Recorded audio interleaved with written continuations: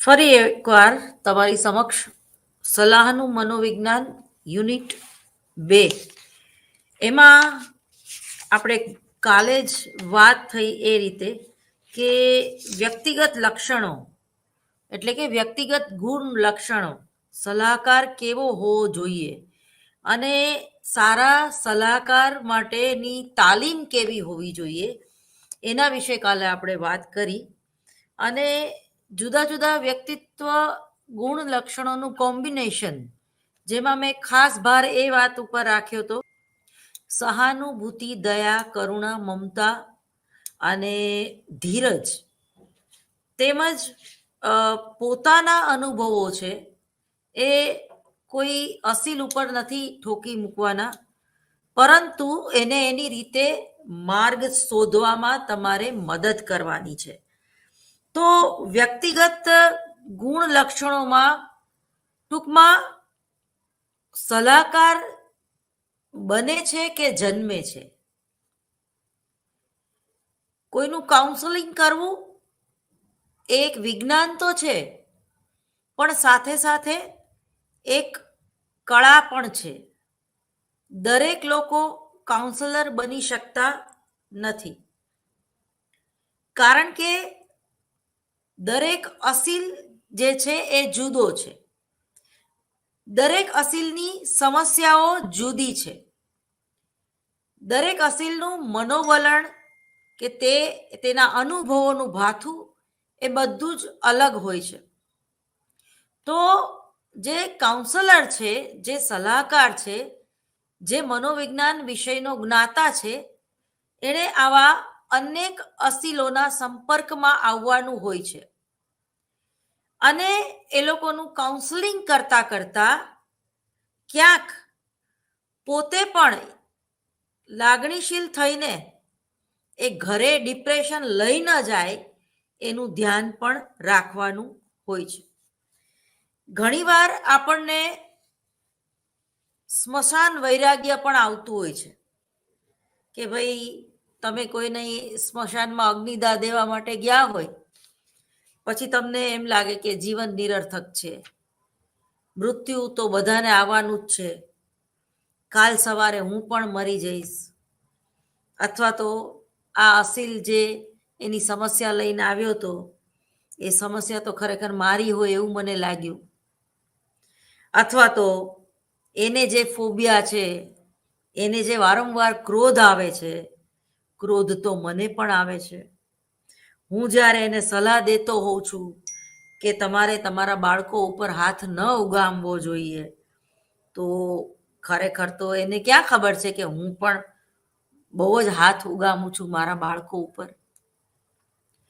તો ઘણીવાર તમે આત્મસભાન તો હો જ છો, એટલે તમને ખબર હોય છે કે આ કુટેવો મારી પણ છે, આ અવગુણો મારા પણ છે. તો ત્યારે તમારે બેલેન્સ કરવાનું છે. એક તો આંતર નિરીક્ષણ દ્વારા તમારા જે અવગુણો છે એને દૂર પણ કરવાના છે, કારણ કે ત્યારે જ તમારા બોલવામાં ઇફેક્ટ આવશે. મન, વચન અને કર્મથી તમે વફાદાર હશો તો જ એની ઇફેક્ટ આવશે અસીલ ઉપર. એટલે ઘણીવાર એવું બને છે કે કોઈ અસીલની સમસ્યા એ આપણી સમસ્યા પણ હોઈ શકે, પણ તમારે એને એવું નથી કહેવાનું કે લે તું તો આટલી નાની સમસ્યા માટે મારી પાસે આવી તો મારે સમસ્યા છે આનાથી વધારે છે, એવું નથી કહેવાનું. કારણ કે તમારો સહન કરવાની શક્તિ વધારે છે, એટલે તમને કાઉન્સેલરની જરૂર નથી. તમારી સહન કરવાની ક્ષમતા વધારે છે, તમે બેલેન્સ કરી શકો છો. પરંતુ તમારી સામે જે અસીલ બેઠેલો છે એ બેલેન્સ નથી કરી શકતો, અને એની જે ઇમોશનલ ઇન્ટેલિજન્સી છે એ અલગ છે અને તમારી અલગ છે. તમારા વ્યક્તિત્વ ગુણ જે છે એ અલગ છે. તમે તમારી જાત ઉપર હસી શકો છો, તમે એમ કહી શકો છો કે મર્દ કો દર્દ નહીં હોતા, પણ ખરેખર એવું નથી હોતું, મર્દને દર્દ થાય છે. પણ આવું બોલીને પણ તમે રિલેક્સ થઈ શકો છો. જ્યારે સામેની વ્યક્તિ ઘણીવાર એટલી બધી વાસ્તવિક હોય છે અને એના નેચરમાં એટલું બધું ક્રિટિસિઝમ ભરેલું હોય છે, ટીકાત્મક વલણ જેને કહીએ. પણ હવે એ ટીકાત્મક વલણ એનું હોય છે એટલે એ પોતે પણ લઘુતા ગ્રંથિથી પીડાતી હોય છે. એને એના પોતાનામાં પણ એક હીનતાનો ભાવ જોવા મળે છે. એને એવું થાય છે કે મારું કોઈ નથી, અથવા તો મેં જીવનમાં નોકરી ગુમાવી દીધી તો હવે બીજી નોકરી મને મળશે કે નહીં, અથવા તો ભવિષ્યમાં મારો પગાર વધારો થશે કે નહીં, ભવિષ્યમાં મારી જે પહેલા પ્રતિષ્ઠા હતી એ હું પુનઃ મારી પ્રતિષ્ઠાનું સ્થાપન કરી શકીશ કે નહીં.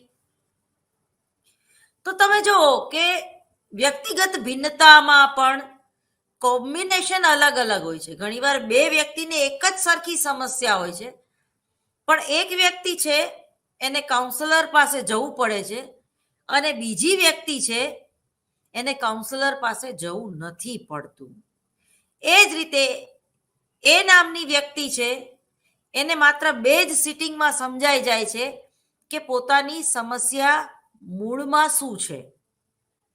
પોતાની સમસ્યા મૂળમાં એ લઘુતા ગ્રંથિથી પીડાય છે એ છે, એટલે એ બહારની વ્યક્તિનો વાંક કાઢવાનું છોડી દે છે અને આંતરનિરીક્ષણ તરફ વળે છે. એને જે કાઉન્સલર છે એ અમુક પ્રકારની ટિપ્સ આપે છે અને એ ટિપ્સનો એ વ્યવસ્થિત ઉપયોગ કરે છે, એ વ્યાયામની જેમ એનો ઉપયોગ કરે છે. જે રીતે ફિઝિકલ બોડીને તમે તમારું ફિટનેસ રાખવા માટે તમે રોજ અમુક પ્રકારના યોગા કરતા હોય કે અમુક પ્રકારના પ્રાણાયામ કરતા હોય કે સૂર્ય નમસ્કાર કરતા હોય કે બીજી કોઈ અન્ય કસરત કરતા હોય, એ જ રીતે જે કાઉન્સલર છે એ અસીલને અમુક પ્રકારની ટિપ્સ આપે છે. દાખલા તરીકે માધ્યમિક અને ઉચ્ચ માધ્યમિક સ્કૂલમાં, એટલે કે જ્યાં એજ્યુકેશન વિદ્યાર્થીઓને આપવામાં આવે છે, ત્યાં કોઈ કાઉન્સલર છે તો આજકાલ તમે જુઓ કે 11મા 12મા ધોરણમાં ભણતો વિદ્યાર્થી પણ એવું કહેવા માંડ્યો છે કે હું તો ડિપ્રેશનમાં છું, હું તો ડિપ્રેસ થઈ ગયો, અથવા તો મને તો માથું દુખવા માંડ્યું, હું આટલું બધું કામ નહીં કરી શકું, હું એક્સ્ટ્રા લેક્ચર નહીં ભણી શકું, અથવા તો મને ઓનલાઈન લેક્ચરમાં કંઈ ખબર નથી પડતી, મને ઊંઘ આવી જાય છે, અથવા તો ઓનલાઈન લેક્ચર સાંભળતા સાંભળતા હું બીજા જ વિચારોમાં પડી જાઉં છું, અથવા તો મને નોટ્સ નથી મળતી ને એટલે મને એક્ઝામ જ્યારે આવે છે ત્યારે થોડુંક ડિપ્રેશન આવી જાય છે, થોડુંક ટેન્શન આવી જાય છે. તો એના માટેની એક ટિપ્સ છે મારી પાસે, એને ગ્રેટિટ્યુડ કહેવાય. ગ્રેટિટ્યુડ એટલે શું કે તમે જે જગતમાં જીવો છો, જે વાતાવરણમાં જીવો છો, જે સ્કૂલ કોલેજોમાં તમે ભણો છો, જે પ્રોફેસરો આગળ તમે ભણો છો, જે ગ્રાઉન્ડમાં તમે મહેનત કરો છો એ વ્યાયામની, અથવા તો તમને એવી કોઈ વિશેષ તમારી આગળ સર્ટિફિકેટ છે, તમે સંગીત, નાટક કે ડ્રામામાં આગળ પડતા છો, તમે એનસીસી સી સર્ટિફિકેટ પાસ છો, કે તમે એનએસએસમાં એક બહુ સારા એક્ટિવ વિદ્યાર્થી છો, કે તમે મોનિટર છો, કે તમે આ દેશને કે જે તમારી સ્કૂલ છે એને તમે કંઈક આપી શકો એમ છો, અથવા તો એ લોકોએ તમને ઘણું બધું આપ્યું છે, એની નોંધ લો. એની નોંધ લો. એને ટૂંકમાં ગ્રેટિટ્યુડ ટિપ્સ કહેવામાં આવે છે. હવે એનું ગુજરાતી શુદ્ધ ભાષામાં એવું થાય છે કે આભાર માનતા શીખો, ધન્યવાદ તમે કોઈને આપતા શીખો, તમારી જાતનોય તમે ધન્યવાદ માનો, કારણ કે તમે ફિઝિકલ, તમારી હેલ્થ છે એ ખૂબ સારી છે, તમે ખૂબ એનર્જેટિક છો, તમને વારંવાર ઊંઘ નથી આવતી કે આળસ નથી આવતી કોઈ કામ કરવામાં, એટલે તમે જ્યારે ઊભા થાવ છો ત્યારે આ પૃથ્વીનો આભાર માનો કે એ આપણો ભાર છે, એ ખમે છે. બરોબર, પૃથ્વીને આપણે ઘણીવાર કોઈ વ્યક્તિ કોઈને કામ ન લાગતી હોય તો આપણે એમ કહીએ કે આ તો પૃથ્વીને ભારરૂપ છે. તો આપણે બધા ખરેખર આને માતા કહીએ છીએ, પૃથ્વી માતા. તો એની ઉપર આપણે પગ મૂકીએ છીએ, તો એનો આભાર માનો કે એ તમને સહન કરે છે, એ તમને ખમી શકે છે. કોઈને થેન્ક યુ કહેવાથી આપણા હાઇપોથેલેમસ કેન્દ્રમાંથી અમુક પ્રકારના સ્ત્રાવો છે એ જવે છે, અને એ સ્ત્રાવો જવે છે અને તમારા હોર્મોન્સમાં એક પોઝિટિવલી ફેરફાર થાય છે. એ પોઝિટિવલી ફેરફાર થવાના હિસાબે તમે તમારા શરીર અને મનને શુદ્ધ રાખી શકો છો, અથવા એનું શુદ્ધિકરણ કરી શકો છો. તમે જો નેગેટિવ થોટ શા માટે આવે છે, એના તરફ આપણે શા માટે ખેંચાઈએ છીએ? હું તમને સરસ મજાનું એક ઉદાહરણ આપું કે માની લ્યો કે આ કેમ્પસ છે, તો કેમ્પસમાં એક ડસ્ટબિન આપણે રાખવું પડે છે. હવે ડસ્ટબિન શા માટે રાખીએ છીએ? કારણ કે આખું જે કેમ્પસ છે એ કચરો ના થઈ જાય માટે. પણ હું ચોકલેટ ખાઈને અહીંયા ખુરશી નીચે જ એ વેપર નાખી દઉં તો, અને ડસ્ટબિનમાં ન નાખું તો એક વખત એવું બનશે કે આખો રૂમ છે એ ઉકરડો થઈ જશે. એવી રીતે જ આપણું જે માનસ છે, આપણું જે હાઇપોથેલેમસ કેન્દ્ર છે, મેં તમને શરૂઆતમાં જ કીધું હતું કે વિચારોનું પણ એક જગત હોય છે. અને વિજ્ઞાન કહે છે કે રોજના એટલે કે 24 કલાકમાં આપણને કુલ 60,000 વિચારો આવે છે. 60,000 વિચારો એટલે શું થઈ ગયું? પણ તમે એ વિચારોને કરતા ભાવે એને જોવો, એને અનુભવો નહીં. તમને એમ થઈ જાય કે આજે હું મોડો ઉઠ્યો, ઓકે, મોડો ઉઠ્યો તો મોઢું બગાડવાની જરૂર નથી, અપસેટ થવાની જરૂર નથી. ફટાફટ કામ કરો. જે તમને બ્રશ કરતા કરતા 5 મિનિટ થતી હતી, એના બદલે તમે 3 મિનિટમાં બ્રશ પતાવી દો. તમને પાણી ગરમ જોતું હતું તો એક દિવસ તમે ઠંડા પાણીએ પણ નાહી શકો છો. એમાં એક દિવસ તમે ઠંડા પાણીએ નાહો તો કંઈ તમને પ્રોબ્લેમ નહીં થાય, તમે માંદા નહીં પડી જાય, શરદી ઉધરસ નહીં થઈ જાય તમને. એ જ રીતે તમે હનુમાન ચાલીસા બોલતા હોય તો એક દિવસ એક્ટિવા ચલાવતા ચલાવતા હનુમાન ચાલીસા બોલી લ્યો, એમાં કંઈ વાંધો નહીં, પલોઠી વાળીને બેસવાની જરૂર નથી. તો એને ટાઈમ મેનેજમેન્ટ કહેવાય. પણ તમને એક થોટ આવ્યો કે ભાઈ આજે હું મોડી ઉઠી, ઓહો હવે બધું મોડું થશે, હવે હું 15 મિનિટ મોડી નીકળીશ. હવે માની લો કે 15 મિનિટ તમે મોડા નીકળ્યા, અને જેવું એક્ટિવા સ્ટાર્ટ કર્યું તો તમને ખબર પડી કે પેટ્રોલ નથી, એટલે પેટ્રોલની લાઈનમાં તમને વધારે 10 મિનિટ મોડું થયું. એટલે ઓલરેડી તમે અડધી કલાક તો લેટ ઉઠ્યા હતા, 15 મિનિટ તો ઘરની બહાર મોડા નીકળ્યા હતા, એમાં બીજી 15 મિનિટ ઉમેરાઈ ગઈ કે પેટ્રોલ નહોતું, તમારે પેટ્રોલની લાઈનમાં ઊભું રહેવું પડ્યું. પછી ત્રીજો પ્રોબ્લેમ આવ્યો કે ટ્રાફિક સમસ્યા. હવે પેલા મોડું ઉઠવું, પછી પૂજા ન કરવી એટલે અપસેટ થવું, કારણ કે એ તમારું ટેવ પડી ગઈ હોય પૂજા કરવાની. એ જ રીતે મોબાઈલમાં ન્યૂઝ ન જોવા, કોઈને ગુડ મોર્નિંગ કહેવું નહીં, કોઈનું ગુડ મોર્નિંગ લેવું નહીં, તો સતત ટેન્શન કે મેં આજ મોબાઈલ નથી જોયો મારો. તો અડધી કલાક જ્યારે તમે મોડા ઉઠો છો તો તમારી સાયકલ જે છે આખી ચેન્જ થઈ જાય છે. ઓકે, એમાં એ સમય ઉપર તમારો કંટ્રોલ નથી, પણ તમારા વિચારો ઉપર જરૂર તમારો કંટ્રોલ છે. છોડી દો એ વિચાર, જે થયું એ ડન ઇઝ ડન. હવે આગળ હું શું કરી શકું એમ છું.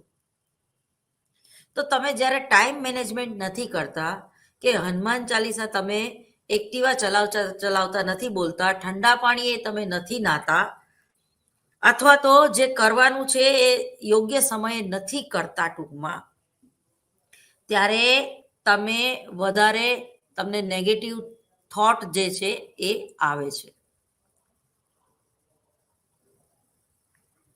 તો સૌથી પહેલા તો ટાઈમ મેનેજમેન્ટ કરતા શીખો. એ જ રીતે જે વ્યક્તિ, પરિસ્થિતિ, જે વાતાવરણ તમારી આસપાસ છે એને ધન્યવાદ આપતા શીખો. તમારી જાતને પણ તમે ધન્યવાદ આપતા શીખો. એ જ રીતે જે રીતે ઉકેળો તમારે વધારવો નથી અને છતાંય વધી જાય છે.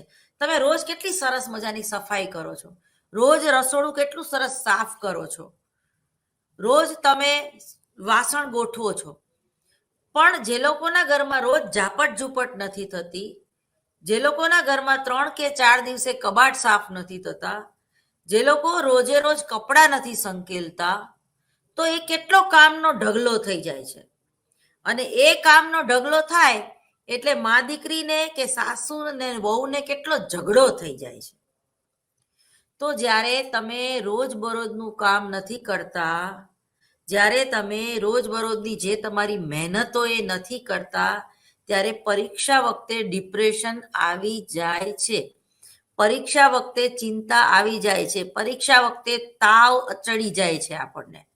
તો આ હું તમને એક ટિપ્સ આપું છું કે તમે સ્ટ્રેસથી કઈ રીતે દૂર રહી શકો, અથવા તો તમારે કાઉન્સેલિંગ તમારું ન કરાવવું પડે અને તમે હેલ્થ કોન્શિયસ થઈ જાઓ, એના માટે શું કરવું જોઈએ.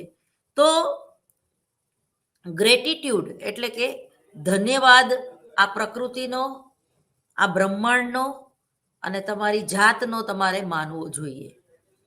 કોઈને થેન્ક યુ કહેવું જોઈએ, એ પણ એ થેન્ક યુ કેવા ખાતર નહીં, એક શબ્દ નથી, પરંતુ દિલથી થેન્ક યુ કહેવું જોઈએ.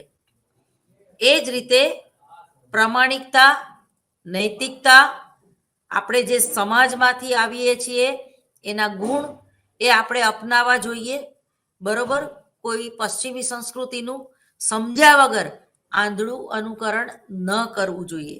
તો આ બધી ફિઝિકલ અને મેન્ટલ હેલ્થ કેવી રીતે આપણે આપણી જાળવવી અને આપણે આપણું પોતાનું જ સ્વ એટલે કે પોતાનું જ મૂલ્યાંકન કરીને આંતરનિરીક્ષણ પદ્ધતિ દ્વારા પોતાનામાં કઈ ખૂબી કે કઈ ખામી છે એ આપણને હોવી જોઈએ. અને ખાસ કરીને કોઈ કાઉન્સલર છે એને તો સતત ધ્યાન રાખવું પડે છે કે ભાઈ મારા અંગત જીવનના પ્રશ્નો મારી નોકરીમાં અથવા તો મારા વ્યવસાયમાં અથવા તો હું જ્યારે કાઉન્સલર એઝ એ કાઉન્સલર મારા અસીલની સામે બેસું ત્યારે મારી કોઈ અંગત સમસ્યાઓ હાવી ન થાય. જેમ કે મોરારી બાપુ વ્યાસપીઠ ઉપર બેસે છે તો એની એ પોતે મોરારી બાપુ છે, એ કોઈનો પતિ નથી, એ કોઈનો પ્રેમી નથી, એ કોઈનો પિતા નથી. એ બધું એને અથવા તો એની પોતાની જે સમસ્યાઓ છે એ અભેરી ઉપર ચડાવીને બેસે છે. હું તો કહું ઈશ્વરની સામે તમે જ્યારે બેસો છો ત્યારે પણ એ જે શુદ્ધ મને પ્રાર્થના કરો, એની આગળ કંઈ માગો નહીં. બરોબર, તમે એ અસીલ બનીને નહીં જાઓ, તમે એની આંખમાં આંખ મિલાવી શકો, એને પૂછો કેમ છો, એનો ધન્યવાદ કરો, એને ગુડ મોર્નિંગ કહો. તો જ્યારે ટૂંકમાં મોરારી બાપુ કોઈ વ્યાસપીઠ ઉપર બોલીને રામાયણ, મહાભારત કે આપણા ધર્મ, આપણા સંસ્કાર શું છે એ ગ્રંથ વિશે જ્યારે વાત કરે છે, આપણને નોલેજ આપે છે, તો એ જ રીતે કોઈ કાઉન્સલર છે એ એની વ્યાસપીઠ છે એની ઓફિસે, ક્યાંક કાચું ન કપાઈ જાય, વ્યાસપીઠ ઉપરથી જેમ કોઈ અપશબ્દો ન બોલાઈ જાય, કોઈ પોલિટિકલ લેવલની એના ગુણોનું અતિરેક ના થઈ જાય અથવા તો એના અવગુણોનું ગાન ન કરાય. એને માત્ર રામાયણને વફાદાર રહેવાનું છે, એ વ્યાસપીઠને વફાદાર રહેવાનું છે, એના પોતાના કોઈ અંગત વિચારો નહીં. હા, એ અંગત વિચારો, એના અનુભવો કંઈક પોઝિટિવલી કંઈક ચેન્જ લાવી શકતા હોય પ્રેક્ષકોમાં તો બરોબર છે, પણ જે નેગેટિવ બાબત છે, કારણ કે તમારે એ ડિપ્રેસ થયેલા પ્રેક્ષકોને કે તમારી આગળથી જે આશા લઈને આવ્યા છે કે અમને કંઈક માર્ગદર્શન આપશે મોરારી બાપુ, તો એ માર્ગદર્શન આપવું એ એનું કર્તવ્ય છે. તો એ ત્યારે એની અંગત વાતો નથી કહેતા, કે એની કોઈ એવી અંગત માગણી નથી હોતી કે પ્રેક્ષકો ભાગી જાય, કે પ્રેક્ષકો એની અંગત માગણી પૂરી કરી શકે નહીં, અથવા તો એનો કોઈ ગેરલાભ લેતા નથી. તો એ જ રીતે જે કાઉન્સલર છે, હવે બની શકે કે મોરારી બાપુના પ્રેક્ષકો તો સ્વસ્થ મનના હોય, એ લોકોનું માનસિક સ્વાસ્થ્ય ખૂબ સારું હોય, એટલે એમની જે પહોંચેલી વાત જે છે એ 420ની સ્પીડે પહોંચે.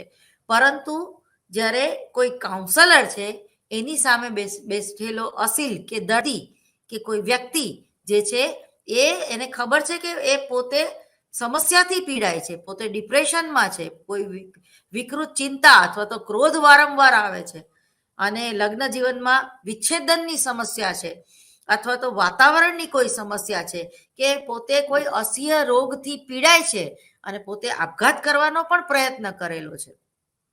તો આવી ગંભીર સમસ્યાથી જ્યારે કોઈ અસીલ તમારી પાસે આવે છે, ત્યારે તમારી જે જવાબદારી છે, એટલે કે જે કાઉન્સલર છે એની જવાબદારી છે, એની જવાબદારી એ મોરારી બાપુ કરતા પણ બમણી છે, એના કરતા પણ વધારે છે. એટલે કહ્યું છે કે જે કાઉન્સલર છે એ કાઉન્સલિંગ કરવું એ કળા છે. વિજ્ઞાન તો છે જ, પણ દાખલા તરીકે તમે ગમે એટલી સરસ મજાની રસોઈ બનાવી હોય, અત્યારે શિયાળો ચાલે છે તો સરસ મજાનો ઓળો બનાવેલો હોય લીલું લસણ નાખીને, રોટલો બનાવ્યો હોય, અડદની દાળ બનાવી હોય, વઘારેલા મરચાં હોય, પ્યોર કાઠિયાવાડી ભાણું તમે બનાવ્યું હોય, પણ તમને પીરસતા ન આવડે તો? તમારો સ્વભાવ જ કૂતરા જેવો હોય તો પીરસતા પીરસતા તમે તમારા વરને કે તમારા દીકરાને ટોન્ટ મારતા હોય તો ગમે એટલું ખાવાનું સારું હશે એનો કોઈ મતલબ નથી.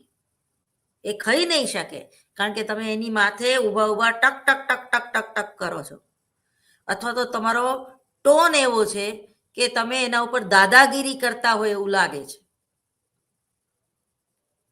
પણ જો મીઠું અને રોટલો હશે, પણ એ પણ તમે કોઈની થાળીમાં પ્રેમથી પીરસશો તો એનો કંઈક અલગ જ ચામ હશે.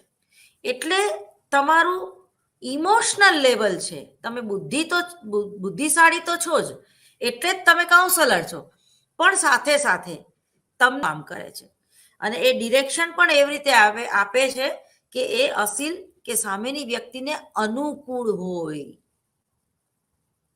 માની લ્યો કે સામેની વ્યક્તિ જે છે એ એકદમ તુંગ મિજાજની હોય, એનામાં દયા, કરુણા, મમતા આવી કોઈ ફિલિંગ ના હોય, અને તમારે એને રડાવી હોય તો શું કરશો?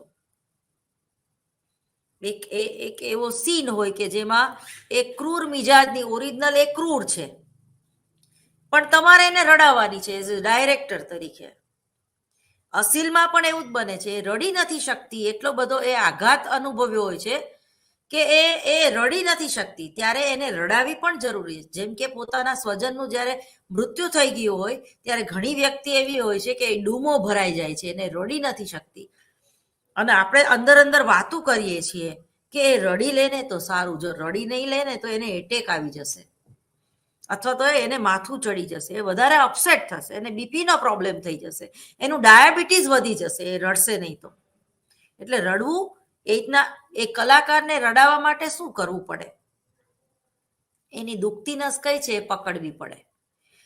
એ જ્યારે મેકઅપ કરાવવા બેસે ને ત્યારે એને એવી કોઈ ઘટના યાદ કરાવવી પડે કે એ ઇમોશનલ થઈ જાય.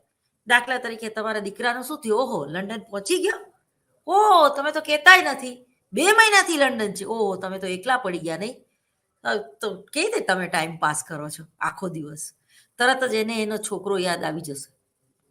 છોકરો યાદ આવી જશે એટલે જે ક્રૂર છે સ્વભાવમાં એમાંથી થોડીક બહાર આવશે, અને એમાંથી બહાર આવશે એટલે એક તમે એને થોટ્સ આપી દીધો એના દીકરા વિશેનો, એ જમ્યો હશે કે નહીં, કેટલું કમાય છે, તમે એને પૈસા મોકલો છો, એ કંઈક છુપાવતો તો નથી ને, એ સાજો માંદો નથી રહેતો ને, વગેરે વગેરે એ વિચારોમાં આવી જશે, તમે થોડાક ડાઉન થઈ જશો.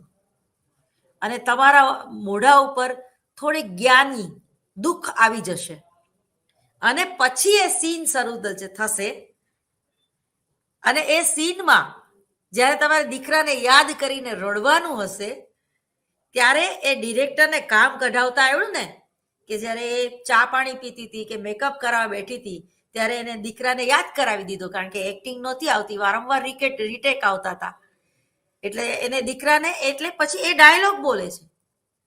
અને અહીંયા જે દીકરા તરીકે છે એ ખરેખર એનો દીકરો નથી, પણ 1 મિનિટ માટે એ માની લે છે કે આ મારો મિત છે. અને પછી આખું ડ્રામા શરૂ થાય છે અને એ જે ક્રૂર વ્યક્તિ છે ને એ પણ ધ્રુસકે ને ધ્રુસકે રડે છે. એને ગ્રીસલીન લગાડવાની જરૂર પડતી નથી.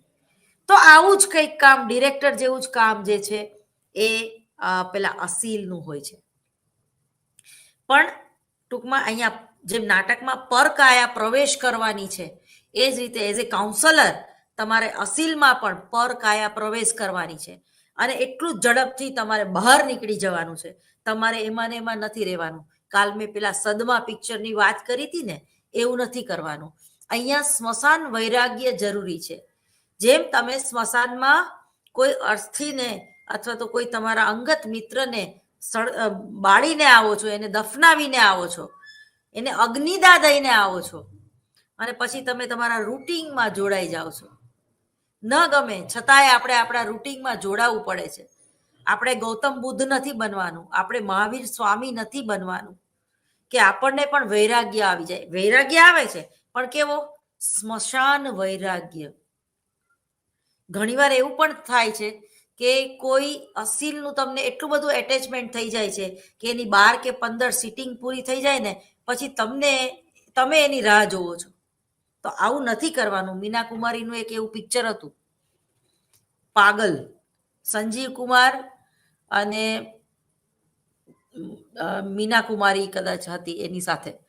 તો ટૂંકમાં એ જ રીતે કોઈ નર્સ હોય હોસ્પિટલમાં જે કોઈને રોજ સ્પંચ કરતી હોય, 3 મહિના એનું ધ્યાન રાખ્યું હોય અને પછી જ્યારે એને રજા આપવામાં આવે છે એ દર્દીને હોસ્પિટલમાંથી, તો નર્સ હોય છે અપસેટ થઈ જાય છે, કારણ કે એ નર્સને સંપર્કમાં રહેવાથી એક એટેચમેન્ટ થઈ ગયું હતું. પ્રેમ શબ્દ બહુ વધારે પડતો લાગશે પણ ઘણીવાર આપણને કોઈનું એટેચમેન્ટ થઈ જાય છે અને આપણે એની સમસ્યા એ મારી સમસ્યા એવી રીતે આપણે એની હારે એક એકાકાર બંધાઈ જાય છે. અથવા તો તમે લાગણીશીલ તો હો જ છો, એટલે જ તમે એઝ એ કાઉન્સલર તરીકેની નોકરી સ્વીકારી હોય છે. તમે લાગણીશીલ તો છો જ, તમે સેવાભાવી તો છો જ, એટલે તો તમે નર્સ બન્યા છો. આ ગુણ હોવો બહુ જરૂરી છે. પણ જો તમે બેલેન્સ નહીં કરો તો તમે પોતે પણ ડિપ્રેશનમાં આવી જશો. ઘણીવાર નથી થતું કે આપણે દીવો પ્રગટાવી, તો એ દીવો પ્રગટાવતા પણ આપણે ધ્યાન રાખવું પડે છે કે ક્યાંક આપણો હાથ ન સળગી જાય. તો એ જ રીતે એઝ એ કાઉન્સલર તમારે ધ્યાન રાખવાનું છે તમારી પોતાની જાતનું. સેલ્ફ હિપ્નોટિઝમ, સ્વસૂચન, સ્વ સભાનતા, આ વસ્તુની પણ તમારે એટલી જ ધ્યાન રાખવાની છે. તમે પોતે ડિસ્ટર્બ થશો એ નહીં ચાલે અને એ તમારા રૂટીનમાં આવી જવું જોઈએ કે એ અસીલ જતો રહ્યો તો એક બહુ સારી વાત છે કે હવે એને મારી જરૂર નહીં પડે. એને હોસ્પિટલમાંથી રજા મળી ગઈ તો સારી વાત છે. બિચારો 3 મહિનાથી હોસ્પિટલમાં હતો, હાથ પગ ભાંગી ગયા હતા એના. તો આ બેલેન્સ અમુક વ્યવસાયમાં હોવી બહુ જરૂરી છે. બાકી તો તમે જો એટલા બધા ઇમોશનલ ઇન્ટેલિજન્ટ નહીં હોવ, બેલેન્સ નહીં કરી શકો, આવેગાત્મક પ્રતિબદ્ધતા કહેવાય એને, જો એ ગુણ તમારામાં નહીં હોય, એ કેળવણી તમારામાં નહીં હોય, એવી તાલીમ તમે નહીં લીધી હોય, તો તમે પોતે ડિસ્ટર્બ થઈ જશો.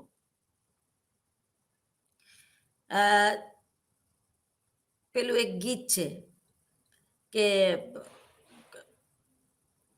ટૂંકમાં ઘણીવાર આપણે કોઈના લવ લેટરની રાહ જોતા હોય. હવે તો કોઈના લેટર જ નથી આવતા આ મોબાઈલના હિસાબે, પણ માની લ્યો કે હું મારી વાત કરું કે અમે જ્યારે નાના હતા ત્યારે તો જે છોકરા છોકરી એકબીજાના પ્રેમમાં પડે ને તો ચિઠ્ઠી આપે એમાં આઈ લવ યુ લખ્યું હોય, દિલ દોરેલું હોય, અથવા પોતે પોતાની વ્યથા કીધેલી હોય, અથવા તો સરસ મજાનું કાવ્ય લખેલું હોય, બરોબર. જ્યારે તું અને હું પહેલી વરસાદના મોસમમાં ભીંજાતા હતા, જ્યારે તું અને હું પહેલી મોસમના વરસાદમાં ભીંજાતા હતા, ત્યારે મને ક્યાં ખબર હતી કે તે રેઇનકોટ પહેર્યો છે.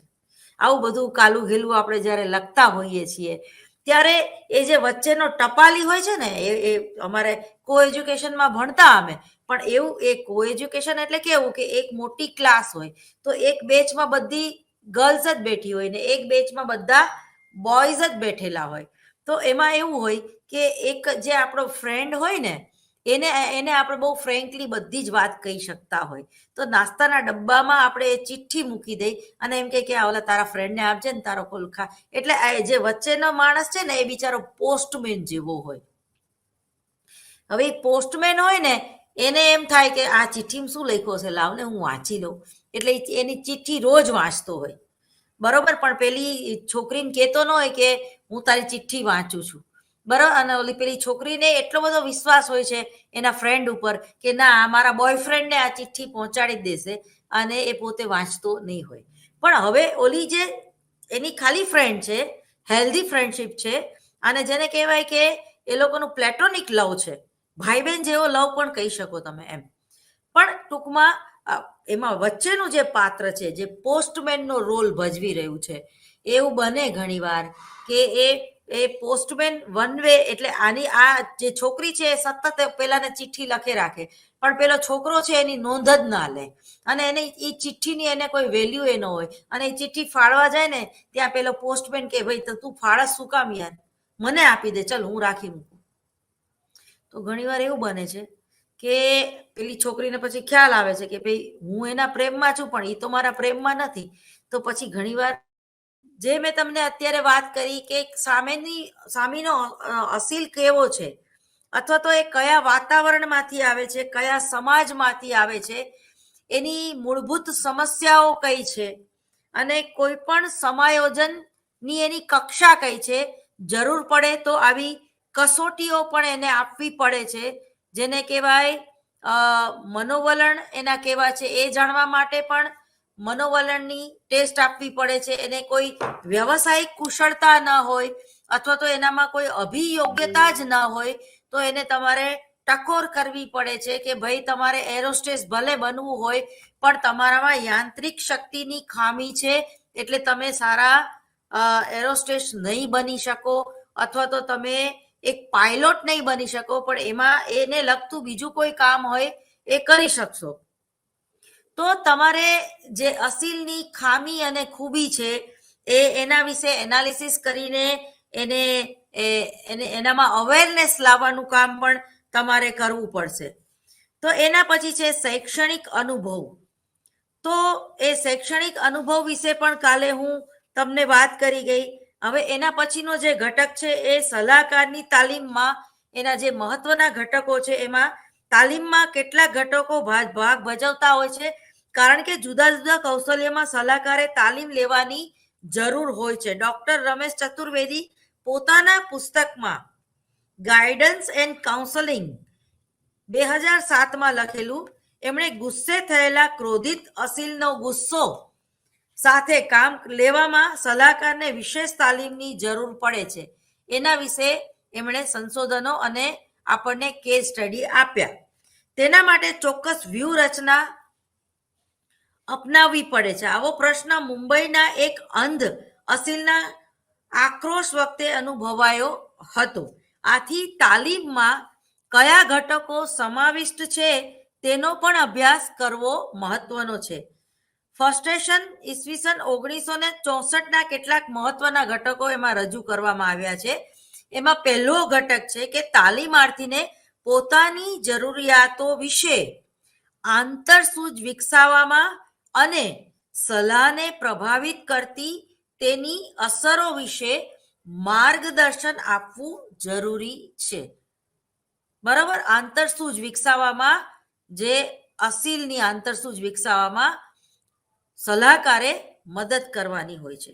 બીજું છે તાલીમ લેનાર ઉમેદવારને સમજણયુક્ત મનોવલણના વિકાસમાં મદદ કરી શકાય. ત્રીજું છે તાલીમાર્થી પોતાની મર્યાદાઓ, મેં તમને કીધું એમ, સમજે તે માટે સહાયરૂપ બની શકાય. ઘણા લોકોની યાદ શક્તિ ખૂબ સારી હોય છે, ઘણા લોકો ગોલ્ડ મેડાલિસ્ટ હોય છે, બરોબર, યુનિવર્સિટી ફર્સ્ટ આવેલા હોય છે, અને છતાં 55 મિનિટ સુધી એક ધાર્યું બોલી શકતા નથી. જે એમની બોલવાની સ્કિલ છે, જે શબ્દ ભંડોળ છે, જે ભાષા ઉપરનું એનું પ્રભુત્વ છે, અને જે ઓનલાઈન લેક્ચર લેવાની કુશળતા છે, એ કોઈ ગોલ્ડ મેડાલિસ્ટ પાસે પણ ન હોઈ શકે. બરોબર? તો એને સમજી લેવું જોઈએ કે ભલે હું ગોલ્ડ મેડાલિસ્ટ છું, પણ હું સારી પ્રોફેસર તો નહીં જ બની શકું. અને પાછું એનું જે વ્યક્તિત્વ હોય છે એ મળતાવડું હોતું નથી, એ વાચાળ હોતું નથી, તો એઝ એ કાઉન્સલર પણ એ ના બની શકે. તો ટૂંકમાં સામેની વ્યક્તિની શું મર્યાદા છે એનું એને રિયલાઇઝ કરાવવું, જેથી કરીને એનો જે વ્યવસાયનું ક્ષેત્ર છે એ યોગ્ય વ્યવસાય પોતાના વ્યક્તિત્વને ધ્યાનમાં રાખીને યોગ્ય વ્યવસાયની ગોઠવણી પોતાના જીવનમાં કરી શકે. તો સમાજના ઉપલબ્ધ સાધનો અને ભલામણો વિશે તાલીમાર્થીને પરિચય કરાવવો. તમારે ગમે એટલું સારી સિરિયલ બનાવવી હોય, ગમે એટલું સારું પિક્ચર બનાવવું હોય, પણ તમારે અમેરિકા શૂટિંગ કરવા જવું હોય ને તમારી પાસે બજેટ જ ના હોય, તો તમારો જે પ્રોડ્યુસર છે એ તમને ના પાડી દેતો કે ભાઈ અહીંયા સેટ ઊભો કરો, અમેરિકા જેવું લાગવું જોઈએ, બાકી અમેરિકા તમને મોકલાય નહીં, મારી આગળ ટિકિટના પૈસા નથી. તો એટલે વાસ્તવિક પરિસ્થિતિનું તમને જ્ઞાન હોવું જોઈએ. તમારે તો લંડન યુનિવર્સિટીમાં, ઓક્સફર્ડ યુનિવર્સિટીમાં કે ગ્રીનવિચ યુનિવર્સિટીમાં ભણાવવા જવું છે, મારે જવું છે, પણ મને કોઈ બોલાવે તો ને. તો આ બધી વાસ્તવિકતાની તમને ખબર હોવી જોઈએ. એ જ રીતે તાલીમાર્થીઓની અંદર જરૂરિયાતોની આંતરસૂઝ, પ્રાયોરિટી છે એને આપવી જીવનમાં. બધી જ જરૂરિયાત તો બધાને હોય જ છે. રોટી કપડા ઓર મકા સિવાય રોજ પિક્ચર જોવાનું ગમે, રોજ પોપકોર્ન ખાવાના ગમે, રોજ 500 રૂપિયા વાપરવાના ગમે. મારું ચાલે તો હું રોજ એક નવો ડ્રેસ લઉં, મારું ચાલે તો હું કોઈ દિવસ એક ડ્રેસ પહેર્યા પછી બીજો ડ્રેસ પહેરું જ નહીં, રિપીટ કરું જ નહીં. તો ટૂંકમાં પણ વાસ્તવિકતા કંઈક જુદું કે છે. એ જ રીતે જેમ તમે ટાઈમ મેનેજમેન્ટ કરો છો, એમ જીવનમાં તમારે આર્થિક પરિસ્થિતિ, કારણ કે આ શરીર એવું ને એવું નથી રહેવાનું, આ ગરડું થવાનું છે. આ શરીર કાયમ તમે કમાઈ નથી શકવાના, તમારે પણ રિટાયરમેન્ટ લેવું પડશે. આવા અનેક પ્રશ્નો, ગઢપણથી સાથે સંકળાયેલા અનેક પ્રશ્નો છે. બની શકે કે તમે તમારામાં કેપેસિટી છે, પણ તમને કોઈ બોલાવે નહીં. તમારું વ્યક્તિત્વ એવું નથી કે લોકો તમને બોલાવે. તમે ગમે એટલી તમારી હોશિયારી હોય, શું કામની? તમે ઇગોઇસ્ટિક છો, તમે અભિમાની છો, અથવા તો તમને નાની નાની વાતમાં ખરાબ લાગે છે કે ભાઈ મને અહીંયા યોગ્ય ટ્રીટમેન્ટ નથી મળતી, આ ખુરશી પર બેસવું નથી ફાવતું, અથવા તો મને કોઈ ચા નથી આપતું, ચાનો કપ નથી આપતું, અહીંયાનું પાણી નથી ગમતું, વગેરે વગેરે. તો એ સમાયોજનના જ્યારે પ્રશ્નો હોય છે, અને તમે નાની નાની વાતમાં જ્યારે તમારા પ્રિન્સિપાલને કે તમારા વીસીને ફરિયાદ કરે રાખો છો, તો ભલે તમે ગમે એટલું સારું ભણાવતા હશો, તમને બોલાવવામાં નહીં આવે. તો તમારે તમારી ફ્રેમમાં રહેવાનું છે એઝ એ કાઉન્સલર. તમે ગમે એટલા હોશિયાર હોય તો 70 mm ન આવે તો તમારે ચલાવી લેવાનું છે. કારણ કે તમારી પ્રાયોરિટી શું છે?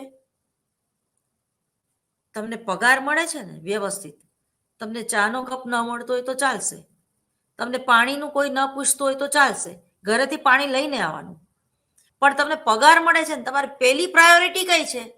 તમને કોઈ સિક્યુરિટી વાળો સલામ ભરે એ તમારી પહેલી પ્રાયોરિટી છે? તમને કોઈ પાણીનો ગ્લાસ આપે એ પહેલી પ્રાયોરિટી છે? કે તમને વ્યવસ્થિત પગાર મળે? તો કે ના, વ્યવસ્થિત પગાર મળે.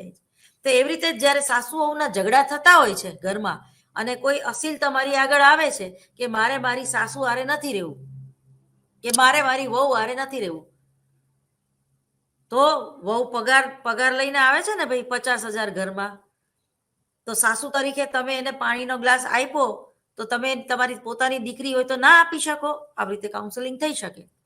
એ જ રીતે સાસુ ના ગમતી હોય તો સાસુ ભલે નથી ગમતી, પણ બેન તમે ઘરે જાઓ ત્યારે બિચારી દાળ ભાત તો બનાવી રાખે છે ને, શાક તો સુધારી રાખે છે ને. ઘરમાં તમને બિચારી એક ખૂણો તમને ક્યાંય આડી નથી આવતી, બેસી રહે છે. તો તમને ક્યાં આડી આવે છે? એ થોડુંક બોલ બોલ કરે છે એ જ ને, દવાનો ખર્ચો થાય છે એ જ ને. તો આવા અનેક પ્રશ્નો હોય છે, દરેકના કુટુંબમાં હોય છે. તો ત્યારે બેલેન્સ કરતા શીખો. તમે વિચારો કે તમે શેને પ્રાયોરિટી આપો છો? તમારા પતિને? તો તમારા પતિને ગમશે તમે એની માની હારે મિસબિહેવિયર કરશો? નહીં, એનું રિએક્શન ત્યાં આવશે ને. એ જ રીતે તમને મિલકતમાંથી બેદખલ કરી દેશે. તમે એને વૃદ્ધાશ્રમમાં મૂકશો તો તમારું બાળક જોશે ને કે તમે તમારી સાસુને વૃદ્ધાશ્રમમાં મૂકી આવ્યા, તમે તમારી મમ્મીને વૃદ્ધાશ્રમમાં મૂકી આવ્યા. એટલે એને તમે કયા સંસ્કાર આપ્યા? કે ગરડા માણસો થઈ જાય, એ ભલે માં કે બાપ હોય, એને આપણે વૃદ્ધાશ્રમમાં મૂકી આવવાના. તો તમારે પ્રાયોરિટી શેને આપવી જોઈએ?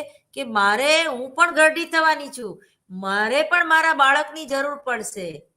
તો અત્યારે મારું વર્તન કેવું હોવું જોઈએ? હું મારા બાળકને સારા સંસ્કાર આપી શકું એવું. બેલેન્સ થઈ ગયું? બેલેન્સ કરવાની વાત છે ને. તો એ જ રીતે અસીલે જે છે, એ અસીલ જ્યારે આવે છે કાઉન્સલર પાસે, ત્યારે ઘણી બધી વાતમાં એના ક્રોધી સ્વભાવનો પણ ઘણીવાર અસીલ જે છે એ ભોગ બને છે. બની શકે કે તમે એનું કાઉન્સેલિંગ કરતા હોય અને તમે એને કંઈક એવું કહી દીધું, એની દુખતી નસ તમે દબાવી દીધી, કે તમે માની લો કે એવું કહી દીધું કે તમને ખબર છે ક્રોધમાં ને ક્રોધમાં તમે કેટલું આર્થિક નુકસાન કરી દીધું. એક સરસ મજાની વિલિયમ વુન્ટે એક સરસ મજાની મને યાદ આવે છે, દર્શન શાસ્ત્રમાં એક સરસ મજાની એક સ્ટોરી હતી કે એક ખૂબ પૈસાદાર છોકરો હોય છે, ખૂબ જ, અને એ પૈસા પાણીની જેમ ઉડાડતો હોય છે. એ પૈસાની વેલ્યુ નથી સમજતો કે આજે મારી આગળ ભલે આટલા બધા પૈસા છે, પણ કાલે બની શકે કે મારી આગળ પૈસા ન હોય. એટલે પૈસા પછી એ પોતાની પ્રતિષ્ઠા અને પોતાના ઈગોને બહુ મહત્વ આપતો હતો, અને એ પછી એના સંબંધોને એ બહુ મહત્વ આપતો હતો. એટલે એના મિત્રોની પાછળ ખૂબ પૈસા વેડફતો હતો, રોજ પાર્ટી કરતો હતો, રોજ બધાને દારૂની અને ખાવાની મહેફિલમાં બોલાવતો હતો. એ જ રીતે કોઈ સારી હોટલમાં જાય અને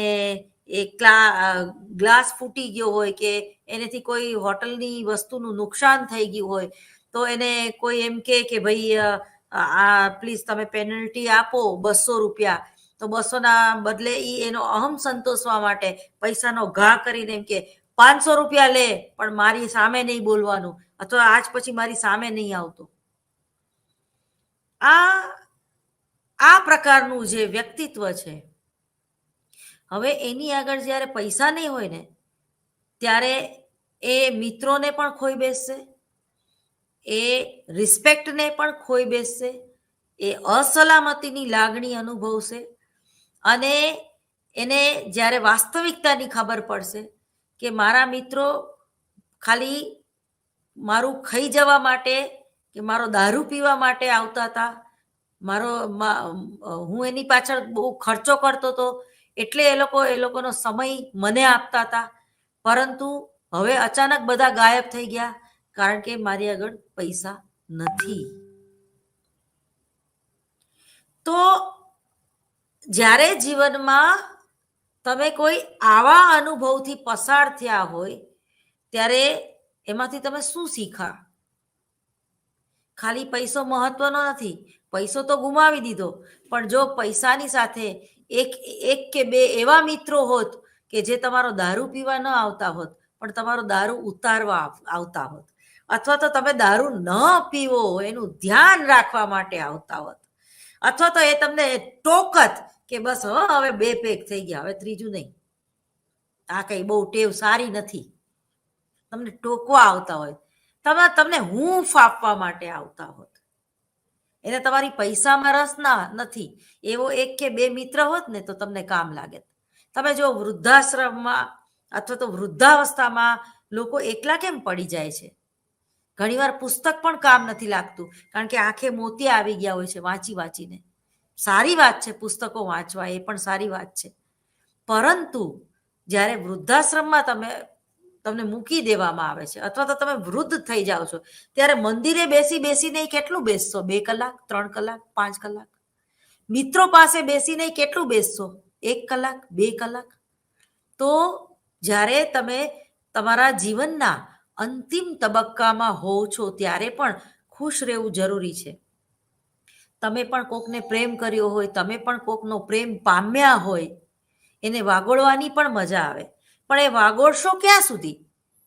વર્તમાન પરિસ્થિતિમાં તો જીવવું ને, ભૂતકાળને ક્યાં સુધી વાગોળશો? પછી તમે શું બોલો છો?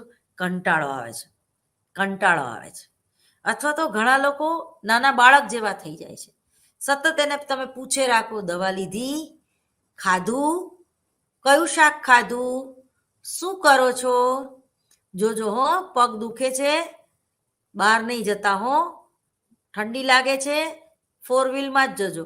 હવે કોઈ 65 વર્ષના કે 70 વર્ષના માણસને તમે આવી કાલી ગેલી વાત ક્યાં સુધી કરી શકો? જો તમે એના ખરેખર મિત્ર હોય તો પણ, કારણ કે તમે એને લાકડી આપીને શું કરો છો? ખરેખર એનું નુકસાન જ કરો છો. ખરેખર એનામાં મેચ્યોરિટી નથી, તમારે મેચ્યોરિટી લાવવાની છે એનામાં. ઘણીવાર એવું બને છે કે 65 કે 70 વર્ષે જે પોતાની પત્નીને ખોઈ બેસે છે, કે એટલે પત્નીનું મૃત્યુ થઈ જાય છે, ત્યારે પુરુષ બહુ એકલો પડી જતો હોય છે, ત્યારે સતત કોકની હૂંફ માગતો હોય છે.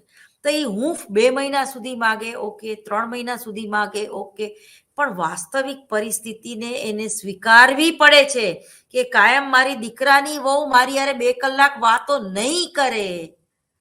મારો દીકરો મને દર વખતે પિકનિકમાં નહીં લઈ જાય, એ શ્રીનાથજીના દર્શન કરવા જતો હશે તોય એકલો જશે, મને સાથે નહીં લઈ જાય.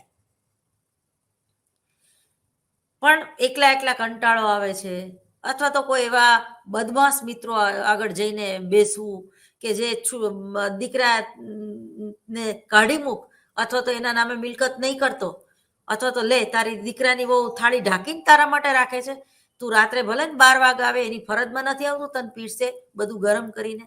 આવી ચાવી ટાઈટ કરાવવા વાળા મિત્રો આગળ જ્યારે એ બેસે છે, ત્યારે એ વધારે ડિસ્ટર્બ થાય છે.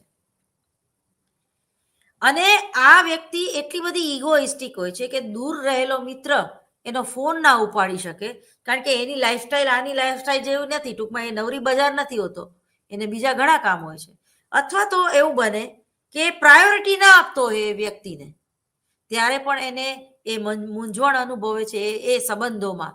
એને એવું થાય છે કે મારું મહત્વ નથી, એ લઘુતા ગ્રંથિથી પીડાવા માંડે છે કે જેટલું હું એને મહત્વ આપું છું મારી જીવનમાં, એટલી એ વ્યક્તિ મને મહત્વ નથી આપતી.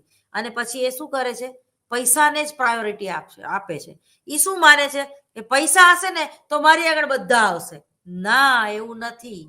તમારો સ્વભાવ કેવો છે, તમારું વ્યક્તિત્વ કેવું છે, તમારા સમાજ પ્રત્યેના વલણો કેવા છે, એ ખૂબ મહત્વના છે.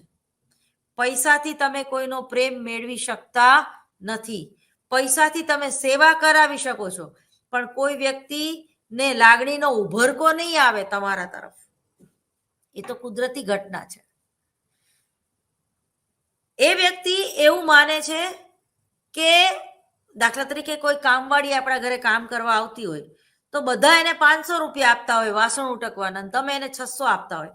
પણ 600 આપીને તમે એને મેન્ટલ ટોર્ચર કરતા હોય તો, 600 આપીને તમે એને એક્સ્ટ્રા કામ કરાવતા હોય તો, 600 રૂપિયા આપીને તમે એનું વારંવાર અપમાન કરતા હોય તો, 600 રૂપિયા આપીને તમે એના અંગત જીવનમાં ખોટી રીતે રસ લઈને એને હેરેસમેન્ટ, ફિઝિકલી કે મેન્ટલી તમે એને હેરેસ કરતા હોય તો એ તરત જ તમને પગે લાગશે અને કહેશે કે બેન, મારે તમારા 100 રૂપિયા વધારે નથી જોતા, પણ તમે સવારે આ ટક કરો છો ને બંધ કરી દો બાપા, મારો દિવસ બગડે છે.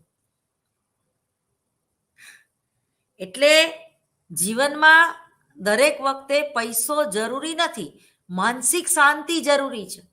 અને જો આપણે કોઈને માનસિક શાંતિ ન આપી શકીએ અને વારંવાર આપણા નેગેટિવ થોટની આપણે એની આગળ ઉલટી જ કરે રાખીએ કે મને બહુ કંટાળો આવે છે, મને તો કોઈ ગણતું જ નથી, અથવા તો તમે મારા ફોન નથી ઉપાડતા, તમે મારા ઘરે બેસવા નથી આવતા, બરોબર, તમે મારી સાથે ગોવા ફરવા નથી આવતા, કે તમે મને જેટલું મહત્વ હું તમને આપું છું એટલું તમે નથી આપતા. આવા વારંવાર જે ફરિયાદ કરે છે ને, એ ફરિયાદથી કંટાળીને ઓલી વ્યક્તિ કદાચ વધારે બિચારી ક્લોઝ ગઈ હશે ને, તો એ પણ પાછી ખસી જશે, પોતાની જાતને વિડ્રો કરી લેશે. કારણ કે એ વ્યક્તિને જ પોતાના પ્રશ્નો એટલા બધા હોય છે, તો એ અન્યના પ્રશ્નો કેવી રીતે સોલ્વ લાવી શકે, જ્યારે એ વ્યક્તિના પ્રશ્નો તો ખરેખર જેન્યુન પ્રશ્ન છે.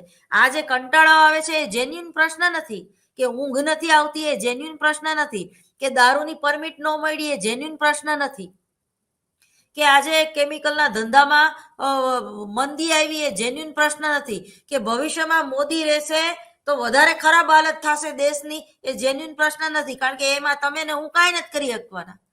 વાતુના ગપગોળા કરીને ખોટું તમે કોઈને બોર કરો, એના કરતા બેટર છે કે એ તમને જે એના પ્રશ્નો કે છે, કમસે કમ ક્યારેક એને બહુ સારા લિસનર બનો, એને સાંભળવાનું એ ક્યારેક રાખો, તો તમને વાસ્તવિક પરિસ્થિતિનો ખ્યાલ આવશે અને તમારી જે મિસઅન્ડરસ્ટેન્ડિંગ છે એ દૂર થશે, કે ના એવું નથી કે એ મને પ્રાયોરિટી નથી આપતી, પણ અત્યારે એનો જેન્યુન પ્રશ્ન જે છે એ કોર્ટ કેસ છે, કાલે એની તારીખ છે, કાલે એને કોઈની જુબાની લેવાની છે, એને સ્વાભાવિક છે કે એને હારવાની પણ બીક લાગતી હોય.